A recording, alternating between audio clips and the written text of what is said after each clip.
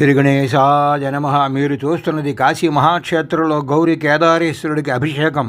ఈ రోజు నుండి నిజ జ్యేష్ఠమాసం ప్రారంభం. ఈ జ్యేష్ఠమాసం అంటే శివుడికి కార్తీక మాసం కంటే కూడా ఎక్కువ ఇష్టం. కాబట్టి కాశీలోనే అత్యంత మహాశక్తి కలిగినటువంటి కేదారేశ్వరుడి అభిషేకం చూడండి. తర్వాత మీరు మామిడి పళ్ళతోటి ఈశ్వరుడికి అభిషేకం చూసుంటారు, కానీ నేరేడు పళ్ళతోటి అభిషేకం మీరు ఎప్పుడు చూసుండరు.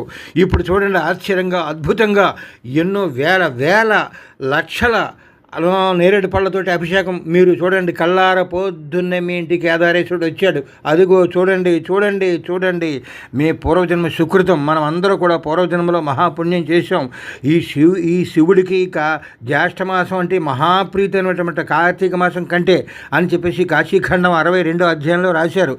నేరేడు పళ్ళతో అభిషేకం చూస్తేట జీవితంలో ఎప్పుడు అనారోగ్యం ఉండదట, ఎప్పుడు ఆరోగ్యంగానే ఉంటారట. ఎన్నాళ్ళ నుంచో బాధపడుతున్నటువంటి అనారోగ్యాలన్నీ కూడా తగ్గిపోతాయని చెప్పి కాశీఖండం 62వ అధ్యాయంలో రాశారు. ఇలా 1-2 సార్లు చూడండి. మీరు అక్కడికి వెళ్ళినా చూడలేరు. అద్భుతం, ఆశ్చర్యం. ఎన్నో జన్మల పుణ్యం ఉంటే కానీ జ్యేష్ఠమాస ప్రారంభంలో ఇటువంటి అభిషేకం మనం చూడలేం. ఉదయాన్నే మీ ఇంటికి కేదారేశ్వరుడు వచ్చేసాడు. హిమాలయ పర్వతాల్లో ఉన్నటువంటి ఈశ్వరుడు కంటే ఈ ఈశ్వరుడు ఎక్కువ ఫలితం కలగజేస్తాడు. గౌరీ కేదారేశ గౌరీ కేదారేశ గౌరీ కేదారేశ అంటూ చూడండి, నోటితో పలుకుతూ ఉండండి.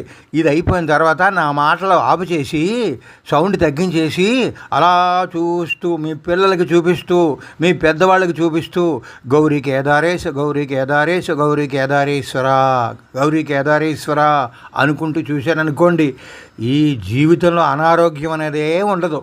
అంచేత ఈ భూమి మీద ఉన్నటువంటి పిపీలికాది బ్రహ్మాండ పర్యంతం అందరికీ కూడా సుఖ సంతోషాలు కలిగి ఆత్మశాంతి కలగాలంటే ఏం కావాలి?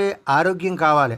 అందుకనే ఈ సీజన్లో జరిగేటటువంటి ఆ నేరేడు పళ్ళతోటి అభిషేకం చేసి మనందరికీ ఆరోగ్యం చేకూరుస్తున్నారు. జై కేదార్.